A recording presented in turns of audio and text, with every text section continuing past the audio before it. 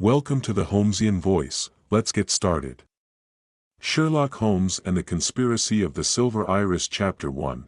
The Enigma of the Silver Iris. It was on a dreary morning in November, as a dense fog clung to the cobbled streets of London, that a peculiar case came into our lives at 221B, Baker Street. The fire in our hearths did little to chase away the damp chill that crept through the windows, and I was contentedly perusing the columns of the Times when a sudden rap at the door announced an unexpected visitor.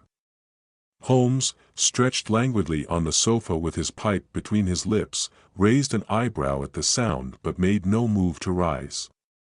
"If you would, Watson," he murmured, his sharp grey eyes fixed upon the ceiling. "I dare say this would be of interest." Rose to oblige, and as I opened the door, I was met by a young woman, her face pale with worry and her gloved hands trembling slightly. She stepped hesitantly into the room, her eyes darting from me to Holmes with a mixture of trepidation and hope. "Pray do sit down," I said, pulling forward a chair for her. "You have come to consult Mr. Sherlock Holmes, have you not?" "Indeed," she replied, her voice barely above a whisper. I was at my wit's end and had been told that he was the only man in London who could help me. Holmes, who had been observing her with his characteristically penetrating gaze, was now sitting upright. He gestured for her to proceed. "Miss Wordsworth," she supplied. "Edith Wordsworth." "Miss Wordsworth, you appear to have come from the south of London," Holmes began, "and, judging by the faint track of ink on your fingers, you are employed as a secretary or in some clerical capacity. Your profession, I dare say, requires you to work late into the evening, as evidenced by the dark circles under your eyes." The young woman's eyes widened. "Why yes, Mr. Holmes, I work as a secretary for Mr. Hawthorne, a botanist of some repute." She hesitated, then withdrew a small package from her handbag. "It is this that has driven me to seek your counsel." She unwrapped the package to reveal a single flower, a silver iris of extraordinary beauty. Its petals shimmered with an almost metallic sheen, and it exuded a faint sweet fragrance that filled the room. "A remarkable specimen," Holmes remarked, leaning forward to examine it. "And this was sent to you?" "Yes, sir. It arrived 3 days ago, along with this note." She handed him a slip of paper upon which was scrawled in an elegant hand, "Beneath beauty lies betrayal." Holmes studied the note intently, then turned his attention back to the flower, an unusual gesture. Miss Jobsworth had no notion as to its meaning. She shook her head. "Mr. Holmes, at first, I thought it might be a romantic overture, but—" She faltered, her expression troubled. "The words on the note are far from loving, and now I cannot shake the feeling that this flower is some kind of warning." "Warning, Miss Wordsworth, comes in many forms," Holmes said thoughtfully, turning the flower over in his hands. "But I must ask, is there any reason someone might wish to harm or intimidate you?" "None that I can think of," she replied. "I live a quiet life and have no quarrels with anyone, but—" She hesitated again. "There is something peculiar I ought to mention. My employer, Dr. Hawthorne, has been rather agitated of late. He has received several unusual visitors in the past night, and their conversations have been conducted in hushed tones behind closed doors." Holmes's eyes gleamed, and these visitors did observe them closely only in passing. She admitted they were well-dressed gentlemen, but their manner was furtive, as though they did not wish to be seen. Holmes leaned back in his chair, steepling his fingers. "Dr. Hawthorne, you say, is a botanist of some repute.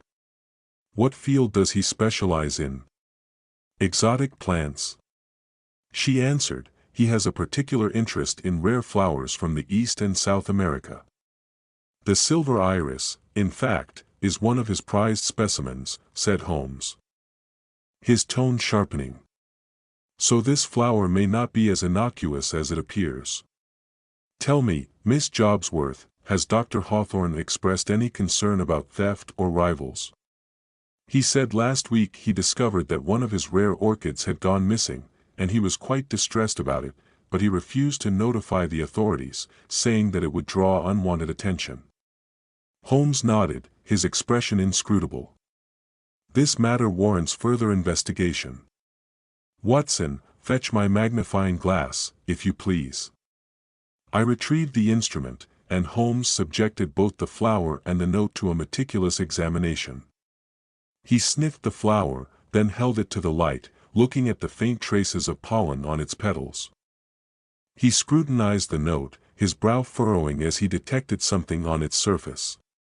"A curious affair," he muttered.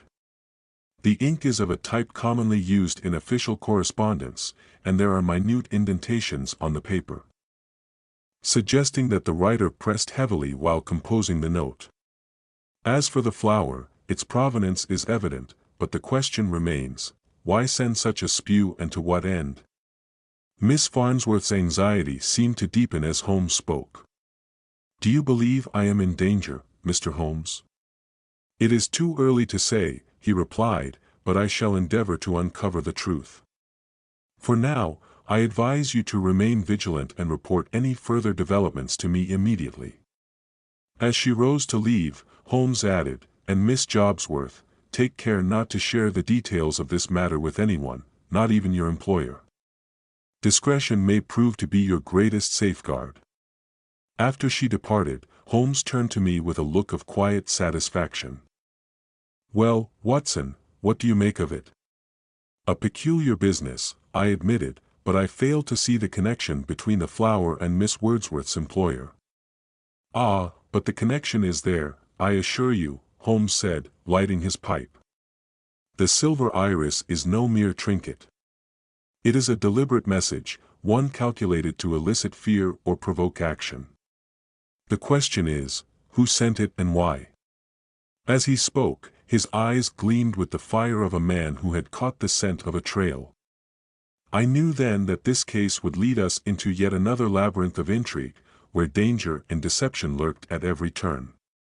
What neither of us could foresee was how deep the mystery would run or how deadly the consequences would prove to be. Chapter 2, A Man's Discovery. The following morning dawned as gray and sullen as the last, with a pall of mist still clinging to the city like a shroud. Holmes, having risen unusually. I was deep in thought over the silver iris and the cryptic note left in our possession.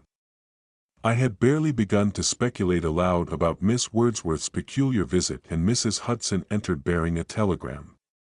Holmes seized it eagerly, his sharp eyes scanning its contents. He said, setting the paper down, "It appears our tranquil morning is going to be disrupted, Watson. Lord Alistair Bentley has been found dead in his study, and the circumstances are most intriguing. Inspector Lestrade requested our immediate assistance." I hurriedly dressed, and within the hour, we were rattling through the damp streets in a hansom cab. Holmes sat in silence, his face set in that familiar expression of intense concentration that always heralded the unraveling of some knotty problem. Upon our arrival at St. James Square, we found the Bentley household in turmoil, with constables stationed at the gates and a throng of curious onlookers gathered. Beyond, Lestrade met us at the door, his usual brisk manner tempered by a certain unease. "A nasty piece of work," he said as he led us inside. "Lord Bentley was discovered early this morning by his valet. The door was locked from the inside, and there's no sign of forced entry, but it's what was left behind that's most unsettling."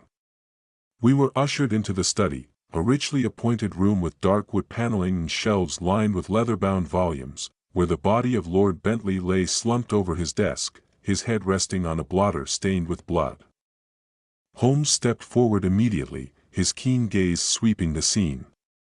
A single silver iris rested on the desk, its shimmering petals stark against. The crimson backdrop pinned beneath the flower was a note bearing the words, "To see is to suffer." A singular choice of words, Holmes murmured, lifting the note delicately with his gloved hand. And, remarkably, consistent with the missive delivered to Miss Wordsworth. The connection grew more intriguing. What connection? Lestrade demanded.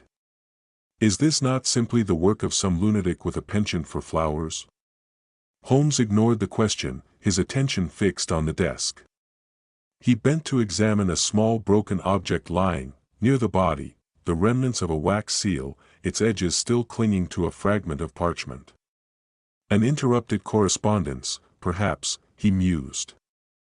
And what of the window? Lestrade. I see it is slightly ajar. The window's latch is broken, Lestrade admitted, but there's no sign that anyone entered or exited that way. The ground was searched thoroughly. Holmes crouched by the window, inspecting the sill and the floor beneath it. Interesting, he said softly, running a finger along a faint smear of wax on the wood. This tells a tale, though perhaps not the one we expect. He straightened abruptly and turned his attention to the body itself. Watson, if you please. Your medical expertise will be invaluable here. I stepped forward, suppressing a shudder as I examined the corpse. The wound is a single, clean cut to the throat, I reported, likely inflicted with a blade of exceptional sharpness. Death would have been swift. And the time of death? Holmes prompted. Judging by the state of rigor mortis and the coolness of the body, I would estimate it occurred around midnight. Precisely what I expected. Holmes said, his lips curving into a faint smile, to tell me there was nothing taken from the room, not as far as we could tell. The inspector replied, Lord Bentley's personal effects appeared undisturbed. The room was locked from the inside, as I mentioned, and the key was found in his pocket, a locked room mystery. Then Holmes said, his tone one of quiet satisfaction, but one with a solution that would soon be evident. My son observed the arrangement of the desk and noticed something peculiar. I studied the scene closely. The inkstand had been overturned, I said, and the papers beneath it were smudged. The blotter, too, showed signs of a hasty motion. Precisely, Holmes said, Lord Bentley was writing something at the time of the attack. The interruption was sudden and violent, but the question remains, what was he writing, and why? As we pondered this, a maid entered with trembling hands to deliver a curious item to the Lord. A small folded piece of paper was found in Lord Bentley's bedroom. It was addressed simply to the CM and contained a brief cryptic message, our secret must remain buried. A curious turn. Holmes remarked, Lord, I suggest you investigate the identity of this CM at once. Meanwhile, I shall examine the origins of our floral clue. Lord looked dubious but nodded. And what about the valet? He asked. Should we question him further? By all means, Holmes replied, but do so with care. Servants often know more than they reveal. Though extracting the truth requires a delicate touch. Our work at the Bentley residence concluded for the moment. Holmes and I returned to Baker Street. The image of the silver iris haunted me. The shimmering petals were a stark contrast to the blood-stained blotter upon which it had rested Holmes. However, he seemed invigorated, his mind was clearly light with possibilities. Watson said, as we settled back into our sitting room, we are dealing with an adversary of no ordinary cunning. This is not the work of a mere madman. It is the calculated effort of a mind steeped in methodical malice. The question is, what connects Lord Bentley to the silver iris, and how does Miss Wordsworth's enigmatic visitor fit into the picture? I could offer no satisfactory answer, and Holmes did not press me further. Instead, he spent the remainder of the day poring over botanical references. Consulting volumes that seemed to contain an endless catalogue of rare and exotic flora. By nightfall, he had made an important discovery, the silver iris, Watson, is not merely a rare bloom, he announced. It is a symbol of wealth and exclusivity, cultivated by only a handful of botanists in all of England. Its presence at the scene of the crime is no coincidence. It is a deliberate message. The question is, what does it signify? The answer to that question remained elusive, but I could sense that Holmes was on the cusp of some breakthrough. As we retired for the night, I could not help but feel a growing unease, as though the silver iris were a harbinger of further darkness yet to come. It was a feeling I could not shake, and, as events would soon prove, it was not without justification. Chapter 3, A whisper of scandal. The Bentley affair, though steeped in tragedy, had only begun to unravel its web of mystery when Holmes and I found ourselves once again immersed in the shadowed corners of London's high society. It was late afternoon when we received an invitation delivered in haste by a liveried footman to attend a gathering at the home of Lady Eugenia Darlington, a name synonymous with opulence. Lady Darlington was renowned for her hosting salons that brought together the most influential figures in the city. Holmes, his eyes light with intrigue, saw in this event an opportunity to probe the circles in which Lord Bentley had moved. "Do you expect we shall find answers in the drawing room?" I asked, somewhat skeptical as we prepared for the evening. "The answers, Watson, are often whispered behind fans or concealed within the knowing glances exchanged across a ballroom. High society hides its sins with a veneer of civility, but rest assured the truth will come out," he replied, fastening his collar with deliberate precision. Lady Darlington's residence was an exquisite Georgian townhouse. Its windows glowed with the golden light of gas lamps. We arrived to find the place thrumming with the hum of conversation and the soft strains of a string quartet. Holmes, with his untiring ability to blend into any setting, moved effortlessly through the crowd, his sharp eyes darting from one face to another as if cataloguing the secrets hidden behind their carefully curated facades. It was not long before we were introduced to Mrs. Clara Croft, a widow of striking beauty whose name had already surfaced in our inquiries. She greeted us with a practiced smile, though I noted a flicker of something, perhaps unease or confusion, as Holmes's piercing gaze settled upon her. "Mr. Holmes, Dr. Watson," she said. Voice smooth as silk, "a pleasure to make your acquaintance, though I must confess the presence of London's foremost detective at such an event is both a surprise and a curiosity." "The pleasure is ours, Mrs. Croft," Holmes replied, his tone polite yet probing. "I trust you know Lord Bentley well." The question, though seemingly innocuous, caused a shadow to pass over her features. She recovered quickly, but not before I saw her hand tighten on the stem of her champagne flute. "We were acquaintances," she said lightly. "Lord Bentley was a charming man, though prone to certain excesses. I imagine his untimely death has cast a pall over many in this room." "Indeed," she said, her expression was inscrutable. "It is a tragedy that raises many questions. For instance, were you aware of his recent interest in exotic botany?" Mrs. Mort's composure faltered for the briefest of moments. "Botany? No, I cannot say that I was. Such pursuits seemed rather far removed from Lord Bentley's usual inclinations." "Curious," Holmes remarked, "that it appears that a particular flower, the silver iris, played a role in his final moments. You have not, by chance, encountered such a specimen?" "I have not," she said, her voice cool but her eyes betraying a flicker of unease. "Now, if you'll excuse me, gentlemen, I must attend my other guests."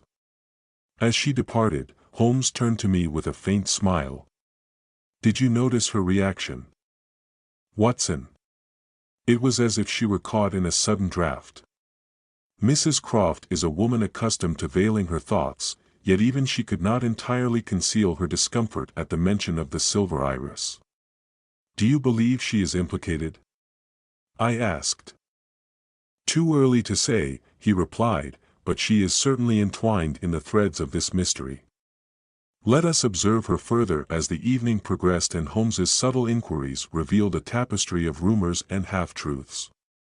Lord Bentley, it seemed, had been entangled in a liaison with Mrs. Croft, a connection that was whispered about in tones of both envy and censure. Yet there were more murmurings of financial entanglements, of secret investments and disputes among a select group of gentlemen. The name of Sir Edwin Harper surfaced repeatedly, a philanthropist with a reputation for discretion and a known associate of both Bentley and Dr. Hawthorne. Holmes, ever perceptive, noted these connections with evident satisfaction. "The plot thickens, Watson," he said as we took our leave. "Lord Bentley's life was far more complex than it seemed, and Mrs. Croft is but one piece of a larger puzzle." The following day, our investigations led us to Sir Edwin Harper's residence, a stately home that exuded an air of quiet wealth. Sir Edwin, a man of advanced years and solemn demeanor, received us in his study. He listened patiently as Holmes outlined the purpose of our visit. "Lord Bentley was a dear friend," Sir Edwin said, his voice tinged with sorrow. "His death is a terrible loss. I cannot fathom who would wish him harm." "And yet, Sir Edwin, harm has come to him," Holmes said. "Do you recall any disputes or dealings that might shed light on this matter?" Sir Edwin hesitated. Then said, "There were disagreements, I suppose, though nothing of serious consequence. Bentley had a fiery temper, but he was a good man at heart." "And what of his interest in exotic botany?" Holmes pressed the question, seemed to startle Sir Edwin. "Botany? I am aware of no such interest. He had little patience for such pursuits." Curious, Holmes remarked that it was a flower, the silver iris, that was left at the scene of his death. "Have you encountered such a bloom?" Sir Edwin shook his head. "No, Mr. Holmes, I have not, but if you believe it is significant, I shall do what I can to assist you." As we departed, Holmes was silent, his expression pensive. It was not until we were ensconced once more in our sitting room at Baker Street that he said, "The threads of this case are becoming clearer." Watson said, pacing the room, "Lord Bentley's life was a tangle of passions and intrigues. And at its heart lies the silver iris. Its significance eludes me still, but mark my words, it is the key to this entire affair. Mrs. Croft, Sir Edwin, and perhaps even Dr. Hawthorne are all players in this drama, though their roles remain to be determined." I could not help but marvel at the breadth of Holmes's deductions even as the enigma of the silver iris loomed ever larger. The whispers of scandal and the shadow of betrayal had cast their pall over the case, and it was clear that the darkness had yet to reach its full depth. In Chapter 4, Shadows in the Garden, the November fog that had so persistently clung to London showed no sign of abating as Holmes and I journeyed to the home of Dr. Reginald Hawthorne. Situated on the outskirts of the city, the botanist's estate was a striking contrast to the urban sprawl we had left behind. High stone walls encircled the property, and as we approached the gate, the scent of damp earth and decaying leaves filled the air. Beyond the iron bars, we glimpsed the sprawling gardens for which Dr. Hawthorne was renowned. Their once vivid blooms had now faded with the season. "A man's garden, Watson," Holmes remarked, "often reflects his temperament. Let us hope Dr. Hawthorne's interests lie solely in horticulture and not in more sinister pursuits." The gate creaked open at the touch of Holmes's hand, and we made our way up a winding path to the main house. The door was answered by a middle-aged servant whose expression betrayed no emotion. Beyond professional courtesy, he ushered us into a drawing-room where the good doctor awaited. Dr. Hawthorne was a wiry man of perhaps 50 years old, his thinning hair combed back meticulously, his hands calloused and bearing the faint stains of soil that bespoke a lifetime spent in the service of his passion. He rose to greet us, his sharp eyes alight with curiosity. "Mr. Holmes, Dr. Watson," he said, his voice clipped and precise. "I was informed of your visit by Miss, to whom I owe the pleasure." Holmes did not respond immediately. Instead, he allowed his gaze to wander about the room, taking in the various curiosities that adorned the shelves, pressed flowers mounted in glass cases, botanical sketches rendered with almost scientific precision, and a peculiar array of vials containing powders and tinctures of unknown origin. "Your collection is most impressive, Dr. Hawthorne," Holmes said at last, but it is a particular specimen that brings us here today, the silver iris. A flicker of something passed over Hawthorne's face, whether in surprise or discomfort, was difficult to read. He gestured for us to sit, taking his own place in a high-backed chair near the hearth. The silver iris, he repeated slowly, a rare and beautiful flower, to be sure. What interest does it hold for you, Mr. Holmes? It was found at the scene of Lord Bentley's murder, Holmes replied bluntly, and another specimen was delivered to your secretary, Miss Wordsworth, along with a most unsettling note.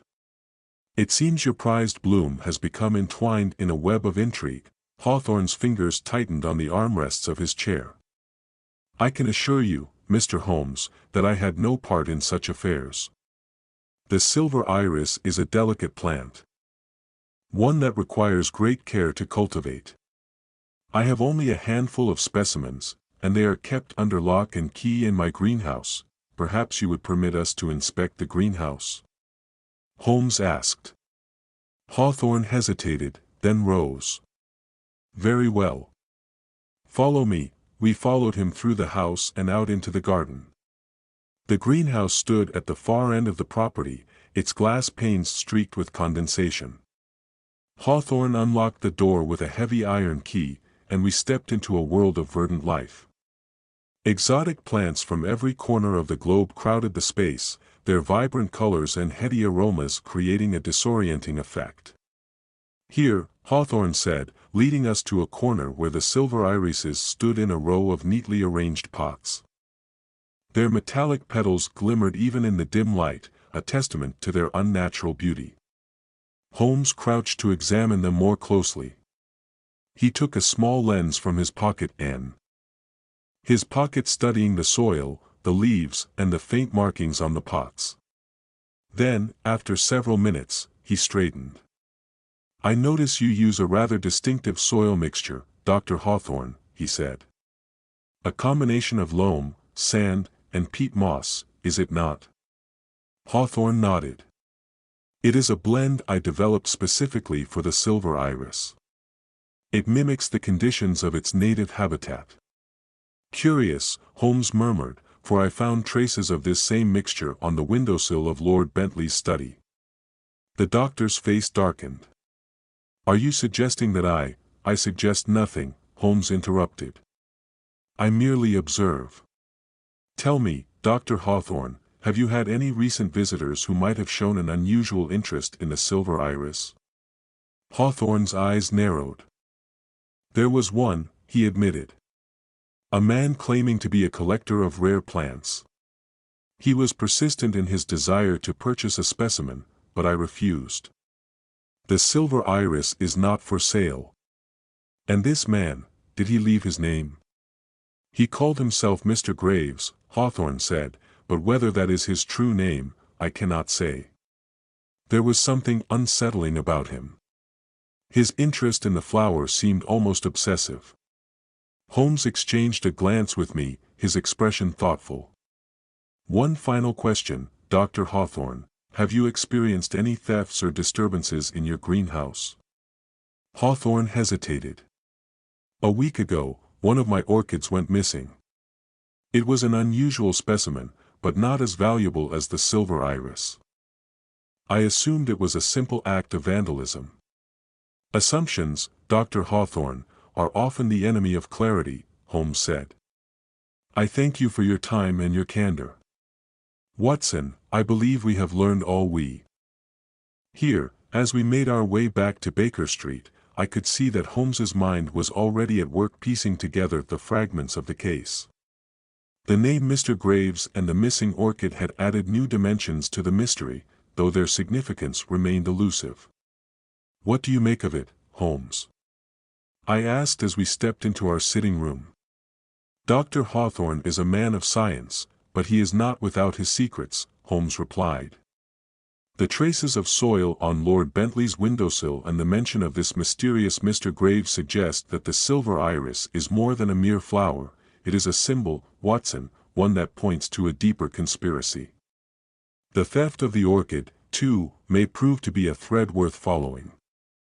For now, we must wait and watch. The game, as they say, is afoot. As Holmes lit his pipe and settled into his chair, I could not help but feel a growing sense of foreboding. The shadows in Dr. Hawthorne's garden seemed to stretch far beyond the greenhouse, reaching into the dark recesses of London's high society. Whatever secrets the silver iris concealed, they were certain to lead us into ever greater peril. Chapter 5, The Second Murder. The events of the following day plunged us deeper into the heart of the mystery surrounding the silver iris. The air of unease that had settled over Baker Street the previous evening had scarcely lifted when Inspector Lestrade arrived at our door. His face pale and drawn. "Another murder, Holmes," he announced grimly as he stepped into our sitting room. "Mrs. Clara Croft has been found dead in her home, and I'll be damned if the details aren't as chilling as those of Lord Bentley's case." Holmes, who had been lounging in his chair with a cigarette balanced between his fingers, sprang to his feet at once. "Mrs. Moorcroft," he repeated. "This grows ever more curious. Tell me, Urad, were there any peculiarities at the scene?" Urad hesitated, as if struggling to find the words. "It's the same blasted flower, Holmes. Another of those silver irises left on her dressing table. And a note too. It reads, 'Lies bloom where trust withers.'" Holmes's eyes narrowed. "Fascinating," he murmured. "And the manner of her death?" "A knife this time," Urad said. "A single stab to the heart, clean and precise, just like the Bentley case. The door was locked from the inside. And the windows were bolted shut. If there's a pattern here, I'll be damned if I can see it." Holmes said nothing more, but the intensity of his expression spoke volumes. Within minutes, we were on our way to Mrs. Moorcroft's residence, a modest yet elegantly furnished house on the southern edge of London. As we arrived, the scene was much the same as it had been at Lord Bentley's, a constable stationed at the door, a gaggle of curious neighbors murmuring in the street, and an oppressive silence hanging over the house itself. The bedroom where Mrs. Moorcroft had met her end was a picture of domestic tranquility marred by sudden violence. She lay upon the floor near the dressing table, her face serene in death, as though she had been taken by surprise. The silver iris, its metallic petals gleaming faintly in the morning light, rested upon a folded note. Holmes moved with swift precision, examining every detail of the scene. He studied the angle of the knife wound, the placement of the flower, and the faint smudges of dust on the floorboards. He turned to Urad. "Do you notice anything peculiar about the dressing table?" he asked. Estrad frowned. "Nothing out of the ordinary, Holmes. It's a woman's dressing table, plain as day." "On the contrary," Holmes said, pointing to the edge of the table. "Observe the faint scratches here. They suggest that something, a box, perhaps, was recently removed. And these marks on the floor indicate that the chair was moved with some force." Urad's brow furrowed. "Are you suggesting someone was searching for something?" "Precisely," Holmes replied. "The question is, what were they looking for, and did they find it?" He turned his attention to the note, unfolding it carefully. He scrutinized the handwriting, his keen eyes taking in every detail. "The same hand as the previous note," he said. "Elegant, deliberate, and faintly suggestive of a continental education. Tell me, Urad, was anything else disturbed in the house?" "Not that we found," Urad said. "Whoever did this was precise, just like before. No mess, no signs of struggle, a professional, then," Holmes said, "and one who knew exactly what they were about." As Holmes continued his examination, I found my gaze drawn to the silver iris. Its strange, almost otherworldly beauty seemed incongruous in the grim setting of the murder scene. I could not help but feel that the flower itself was a clue, though its meaning remained frustratingly elusive. At length, Holmes straightened. "We have learned much here, Watson, though the full significance of these details is not yet clear. Parents, Lord, I must trouble you to investigate Mrs. Mort's recent correspondence. Look for any letters, notes, or receipts that might shed light on her associations. Lord nodded. And what will you be doing? Holmes's lips curved into a faint smile. I shall be pursuing a different thread of the tapestry, one that leads us to the heart of this conspiracy.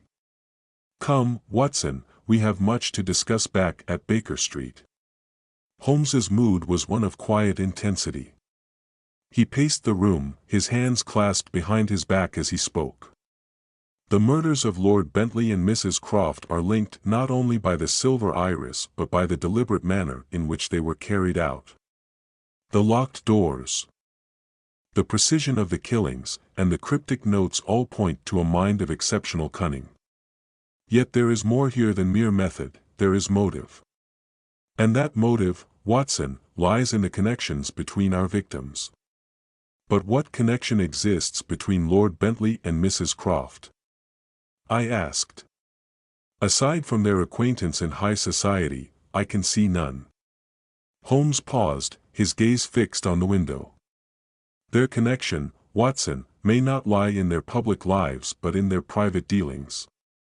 Lord Bentley's involvement in the trading company we uncovered was no coincidence, and Mrs. Mort's reaction to the silver iris suggests she too was entangled in its affairs.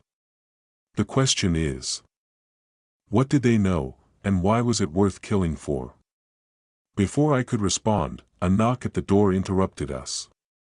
It was a messenger delivering a small package addressed to Holmes.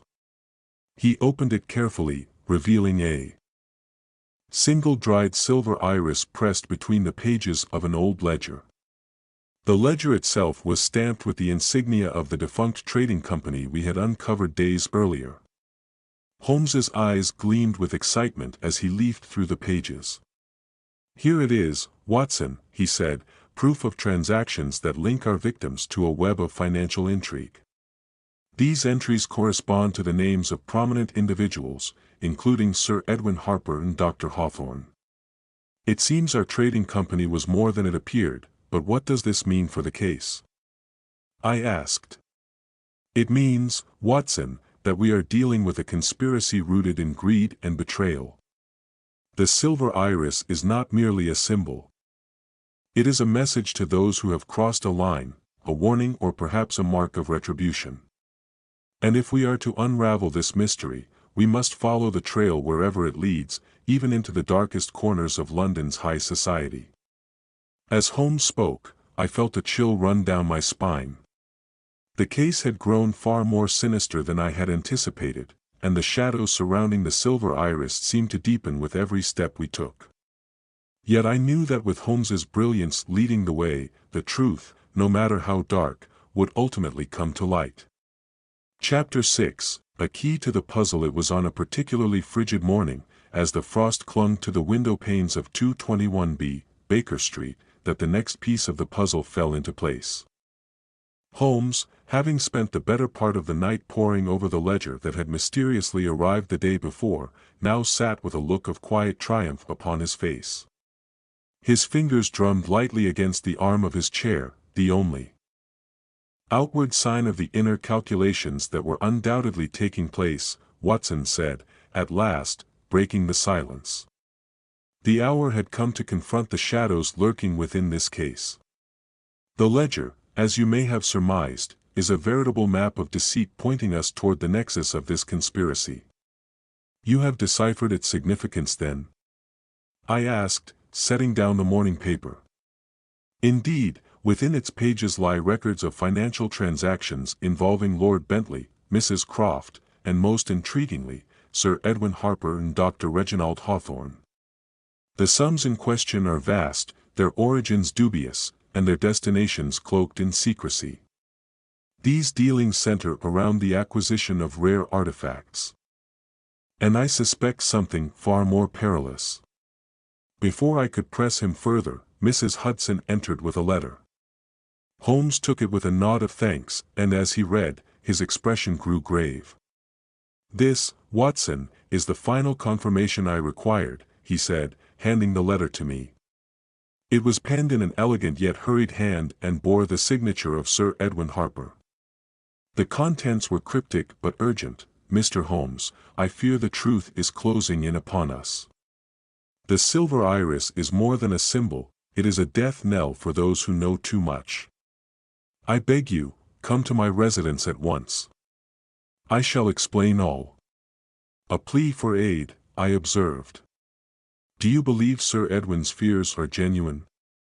"Beyond doubt," Holmes replied, rising from his chair.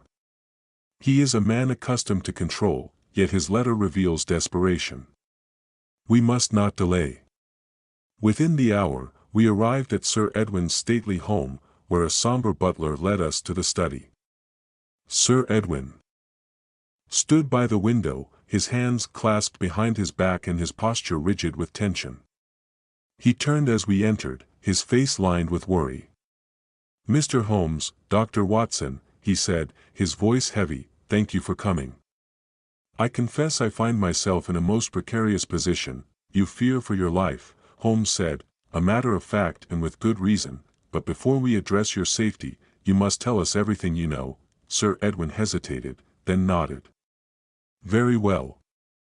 Several years ago, I became involved in a trading company, one that sought to acquire and sell rare artifacts. Among these items was a collection of botanical specimens, including the silver iris. At first, it seemed a legitimate enterprise. But I soon discovered that the company was little more than a front for smuggling and extortion. Lord Bentley and Mrs. Croft were also shareholders, though neither was privy to the full extent of the operation, and Dr. Hawthorne," Holmes prompted. "He was approached as a consultant, given his expertise in exotic flora," Sir Edwin said, "but I suspect his role went far deeper. He developed a fascination with the silver iris, seeing it not only as a scientific marvel but as a symbol of power. The flower became the centerpiece of the company's dealings, its rarity lending it an air of mystique. But when disputes arose among the shareholders, threats began to surface." Holmes's eyes gleamed. "And these threats, did they culminate in action?" "They did," Sir Edwin said, his voice dropping to a whisper. "When Lord Bentley sought to expose the operation, he was silenced. Mrs. Croft, I fear, met the same fate when she attempted to withdraw from the company, and now I am the last remaining link." Holmes regarded him for a long moment. "There is one question that remains unanswered, Sir Edwin. Who orchestrates this conspiracy?" Sir Edwin's face paled. "I cannot say for certain, but there is one name that recurs in the ledger: Graves. He is a shadowy figure known only to a select few. If anyone holds the answers you seek, it is he." Holmes nodded. "Then it is Graves we must pursue. But first, we must ensure your safety. Watson, see that Sir Edwin's household staff are placed on alert. I shall return shortly." He departed with his usual briskness, leaving me to organize the precautions. Sir Edwin's butler and footman proved loyal and resourceful. And within an hour, the house was as secure as could be managed. Still, an air of unease lingered, and I could not shake the feeling that danger loomed. Holmes returned in the evening, his expression one of grim determination. "The trail of Graves has led us to the docks, Watson," he announced. "But before we proceed, there is one matter to address. Sir Edwin, do you possess any documents or artifacts pertaining to the company?" Sir Edwin hesitated, then opened a concealed compartment in his desk. He withdrew a small, ornately carved box and handed it to Holmes. "This contains the remaining records," he said. "They are incomplete but may prove useful." Holmes opened the box and examined its contents with meticulous care. Among the papers was a list of names, many of which we recognized as figures from London's elite. But it was a single entry marked with an asterisk that caught Holmes's attention. "Graves," he murmured. "His true. My name is Jonathan Graves, and he operates under the guise of a shipping magnate. It appears he is the architect of this entire scheme. Watson, prepare yourself, we shall confront him tonight. Our journey to the doctor was fraught with tension. The labyrinthine alleys and looming warehouses seemed to close in around us as we approached our destination. Holmes led the way with unwavering purpose, his steps guided by the trail he had so expertly uncovered. At last, we arrived at a dilapidated warehouse with its windows darkened and its doors ajar. Inside, the air was thick with the scent of salt and decay. Holmes motioned for silence as we crept forward, our footsteps muffled by the damp wooden floorboards. In the center of the warehouse, a single lantern cast a dim light over a table strewn with documents. Beside it stood a man of imposing stature, his face obscured by shadow. Holmes stepped into the light, his voice cutting through the silence. "Jonathan Graves, or should I say Graves, the game is up. You have much to answer for." The man turned slowly, his expression one of cold amusement. "Mr. Holmes," he said, his voice smooth as silk, "I had wondered when you might arrive." What followed was a confrontation of words and wits, Holmes's deductions clashing with Graves' veiled threats. The truth at last began to emerge. The silver iris, the murders, and the financial schemes were all part of a grand design to consolidate power and wealth. But as the tension reached its peak, the sound of footsteps echoed from the shadows, and we found ourselves surrounded. The case was far from over, and the dangers that lay ahead would tested us as never before in Chapter 7 of The Lure of the Trap. The chilling confrontation at the warehouse had left us both unnerved and resolute. Holmes, ever the master of strategy, had retreated to Baker Street to formulate his next move. It was evident that Jonathan Greaves, the enigmatic architect of the conspiracy, would not be easily ensnared. As we sat in the familiar warmth of our sitting room, the city outside cloaked in fog, Holmes's face betrayed a rare intensity of thought. "Watson," he began, his voice calm yet edged with purpose, "our adversary is a man of considerable cunning, but he has made a crucial error.